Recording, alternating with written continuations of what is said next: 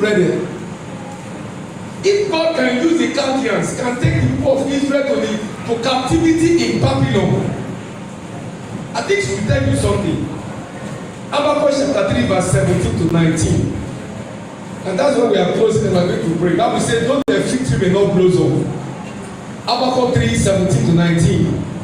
Though the fig tree may not blossom, nor fruit be on the vine, though the labor of the olives may fail, and the field yield no food, though the flock may be cut off from the fold, and there be no head in the stalls, yet I will rejoice in the Lord. I will joy in the God of my salvation. The Lord God my strength will make like deer's feet, and will make me walk on my high heels. Brethren, just like Habakkuk, sometimes we don't realize why God allows certain things to happen in our life the way they do. Though the fig tree may not blossom, why will the fig tree not blossom? Jesus saw the fig tree. He was going and he saw a fig tree. Oh, these type of things you are looking for can't be seen. Yes, God is watching. What must you do? Trust God. God is working behind the scene in your life, growing your faith, changing your heart, leading you closer to Him, and preparing you for what next in your life. But at present, you don't have anything to show forth. It's as if your labor is in vain. Another place says it. Though the fruit shall not blossom, and the labor of the olive shall fail.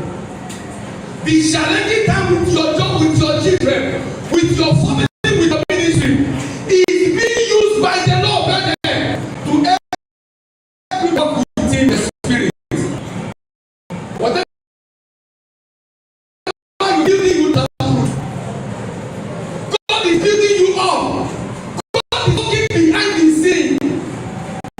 Perhaps behind the purpose, perhaps the purpose behind the scene than what you can understand or realize. The purpose behind what? Your thinking behind your labor is bigger than what you can realize. God is working something out. The Israelites fed with brethren. When they were invaded, how did God allow the pagans, the Babylonians, the Chaldeans to take His own beloved children into slavery? Bible says in the book of Daniel, Daniel was there, was taken to captivity. Meshach, Ananiah, Meshach, and Abednego. Bible said they were of the king's lineage. They were king's seed.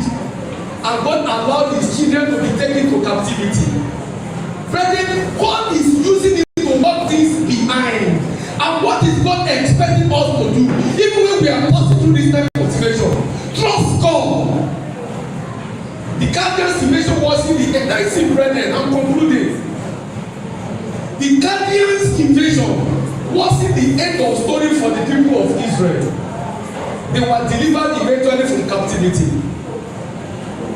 The woman with the issue of blood, brethren, issue of blood was not the end of her story. Her problem of 12 years came to a sudden end when she encountered God and she had trust in God. Barrenness was not the end of story for Anna.